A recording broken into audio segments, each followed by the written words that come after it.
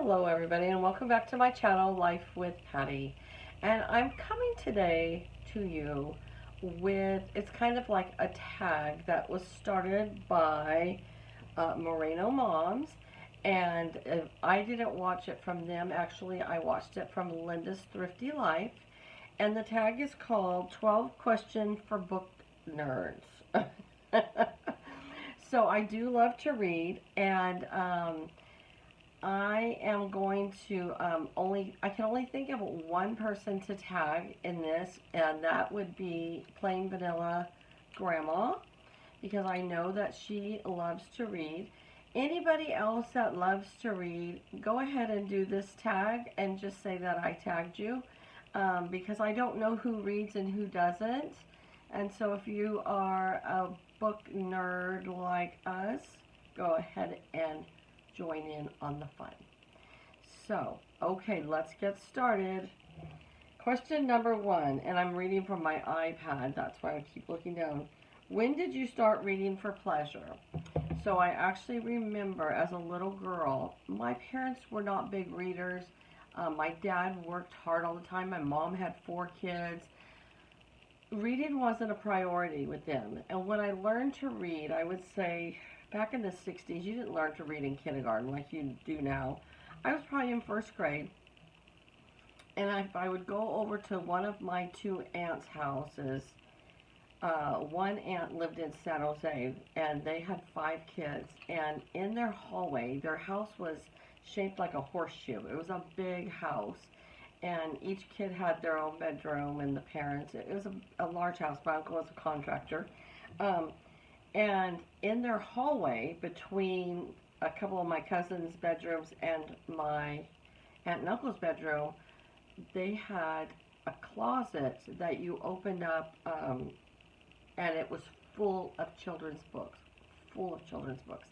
And I remember going over there, and I would just go straight to that closet and sit down in the hallway and want to read every single one of those books in that closet. And so I would do that when we would go over there. My mom never read to us, or my dad never read to us when we were kids. Some people have memories of their parents reading to, and I had wonderful parents. I love my parents with all my heart, but they were not big readers. So it wasn't like at nighttime we got story time, we got to read, nothing like that. My other aunt lived right across the street from us in Santa Clara, and I remember she was going through a bunch of my cousin's things. She was having a yard sale, and she had a whole box full of nothing but Dr. Seuss books. And these are the Dr. Seuss books from the 60s. And I remember I was sitting in her garage just reading all those books. So that was 1st grade. And I remember then my aunt saying, Patty, do you want these books, or do you want me to sell them at the yard sale? And I'm like, well, I like them. So she said I could have them. And so I took them, the big old box, right across the street to my house and put them in my bedroom. And I remember even when we moved from that house, I was in the 3rd grade, and the first thing I boxed up were those books. So, okay, long story short, I started reading for pleasure in the 1st grade. And then I went through a phase as I got older. I didn't read. I was involved with 4-H and FFA and cheerleading and everything under the moon, and I didn't read for a long time. And then I started reading again when I got married. So, okay, there's the answer to question 1. Jeez. What popular book did you dislike? Okay, so I actually even downloaded it here so you can see. And now this is just my own personal opinion, okay, nobody else. The Joy Luck Club. Total thumbs down in my world. And you know, it's funny because it is now the book of choice. Our county has a book the book of the year that we read, and then we have a big, like they act out the book and stuff in our park for an activity. I've got an itchy nose today because the wind's blowing. And I didn't like it. I think maybe I should try it again just because it's the book of the year for our county, but I really was disappointed in that book. And everybody else was just raving how they loved it. I didn't like it. What book should everyone read? Oh my goodness. Okay. I had to download these because I loaned this set of books out, and I don't know who I loaned them to, and I haven't got them back, and this is why I don't like to loan out books. But this author's name is Ellen Marie Wiseman. She is a new author. She has only been writing for about 10 years. She's only written four books, and she just wrote her fifth book, and you can only get it on Kindle, but she lives in Canada, and like I said, her name is Ellen Marie Wiseman. This book right here, can you see The Plum Tree? And this book right here, What She Left Behind, by the same author, Ellen Marie Wiseman, and by the same author, The Life She Was Given. Okay, people, let me tell you, all three of those books are books that I will never forget. The Plum Tree, I would say, would be the one that I think everybody should read because it goes over World War II and concentration camps and rationing of food. We are complaining about rationing of food right now during this pandemic. Read this book and you will appreciate everything that we get right now. Everybody's complaining about everything with the rules with this pandemic. Read this book, The Plum Tree, Ellen Marie Wiseman. You will never complain about anything what these people had to go through. And she said this book was based on her grandmother's life. It stuck with me forever. I had that book in my head forever. Then the next one that I told you, Ellen Marie Wiseman, What She Left Behind, was another amazing book based on a woman that was a little presumptuous for the 40s, I believe it was, and she was kind of a handful for her parents. She got pregnant out of wedlock by somebody that they didn't like. They put her in an insane asylum. They locked her up because of it, and she tried to escape. She tried to convince the doctors that she wasn't crazy. The doctors were friends with her parents, so they would never release her. She literally was locked up in an insane asylum because she was in love with the boy that she had sex with, and her parents found out with, and I think she was like 17, and yeah, that book, crazy good. Ellen Marie Wiseman has a gift for writing that puts you right into where you're at. I mean, she describes things so well. It's amazing. The third one that Ellen Marie Wiseman she wrote was The Life She Was Given, about a little girl who was an albino, and her parents didn't want her because of it, and they sold her to the circus.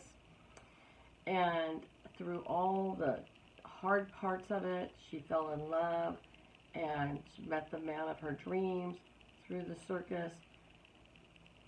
But it was my daughter-in-law read it, and then she told me she couldn't put a book in front of her for 2 weeks because she was mourning the book that she had just read. So, okay, they're all a little bit dark.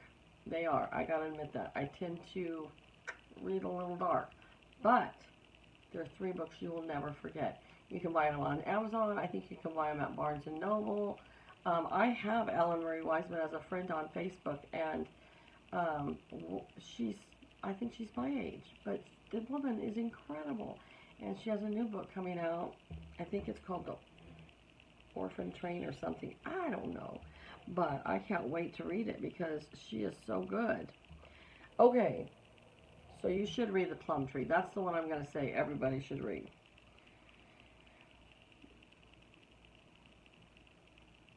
What genre do you never read? I would say um, I don't read murders and mysteries. I don't read um, like cop ones, but I don't read anything scary or um, like the murder mysteries. Yeah, I don't do any of those.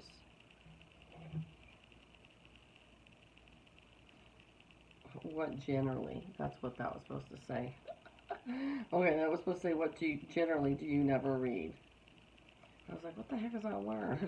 Okay, that's what I don't read. I don't read murder mysteries or scary books like Stephen King. Nah, no, no. What's your favorite book? Okay, I've said it before and I'll say it again.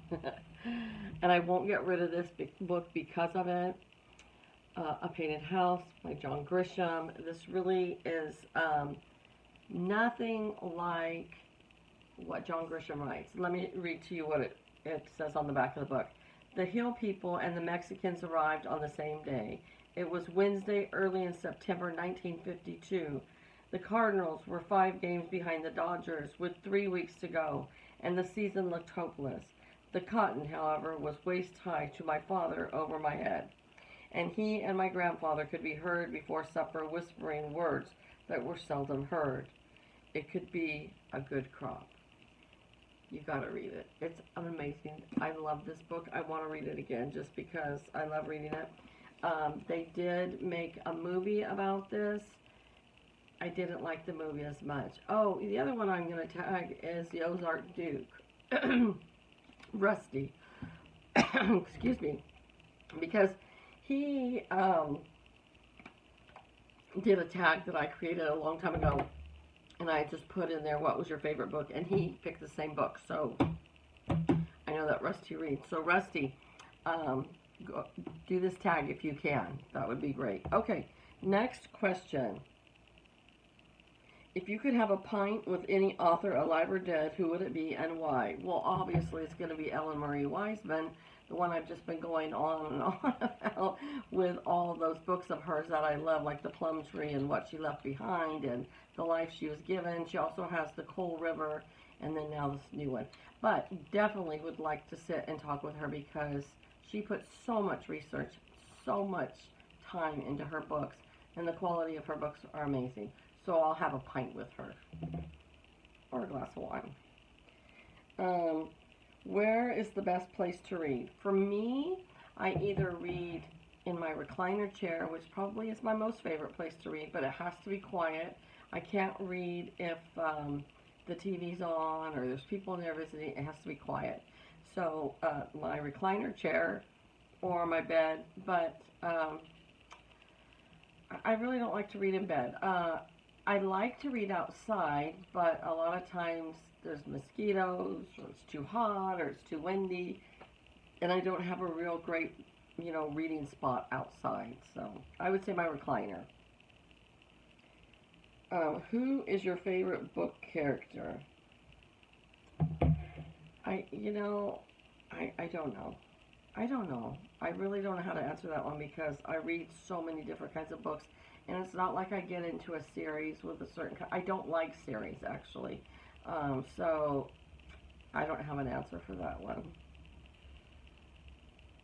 What book death hit you the hardest?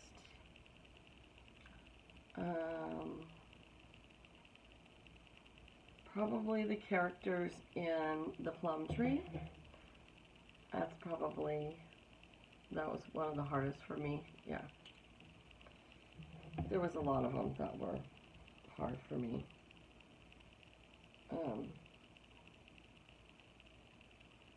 Which book world would you want to live in? I don't know that either because I read such dark books. I really don't want to live in the the life that I read because they're sad, but they draw my attention, so I don't know for that either. What are you currently reading? I'm almost done with it. See, I only have that much left to go. And it is Debbie McCumber, Window on the Bay. I do like it. It's a good book. It's a fluff book. That's what I call them. These are fluff books. They're easy to read.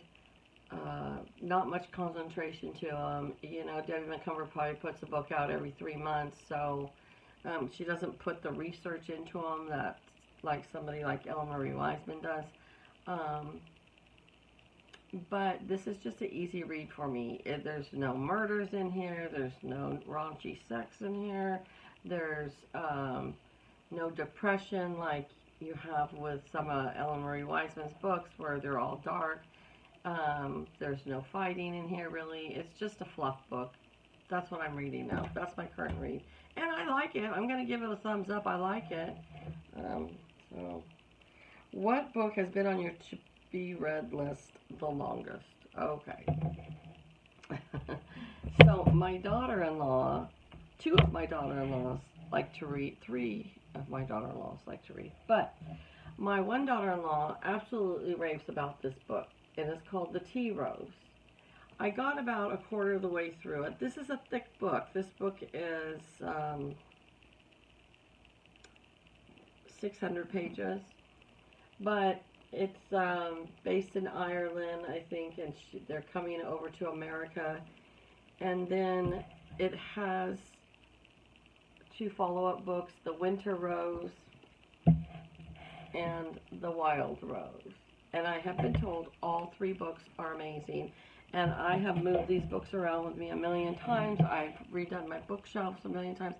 And I really need to get in. And I really need to read them. But I haven't. So that has been on my to-be-read book list the longest. Now I just wanted to share with you two more books that were super good. Once again, they are dark. This one by Kelly Reimer, Before I Let You Go. Oh my goodness. And it says, two sisters, one baby, an impossible choice. So you have two sisters that have an unconditional love for each other. They had a hard childhood growing up. One sister went on the streets and did drugs. The other sister became a doctor.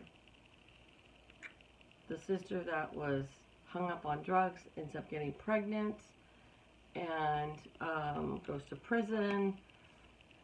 The other sister, that's the doctor, is taking care of her baby. She is very biased if anybody gets upset about or says anything negative about her sister. She's very protective of her, almost too protective of her, where she's not letting her sink or swim. It's just such a good book. It is dark, let me tell you. That's what I tend to read. But it is good. So I recommend this. If you're a reader, I recommend this book to you. Okay, the last book I just want to recommend tonight. I could recommend books forever. I could go on and on and recommend books forever.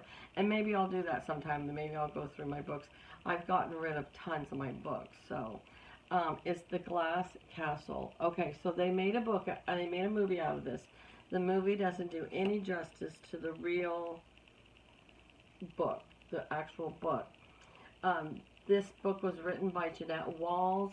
It is a true story about Jeanette Walls' life.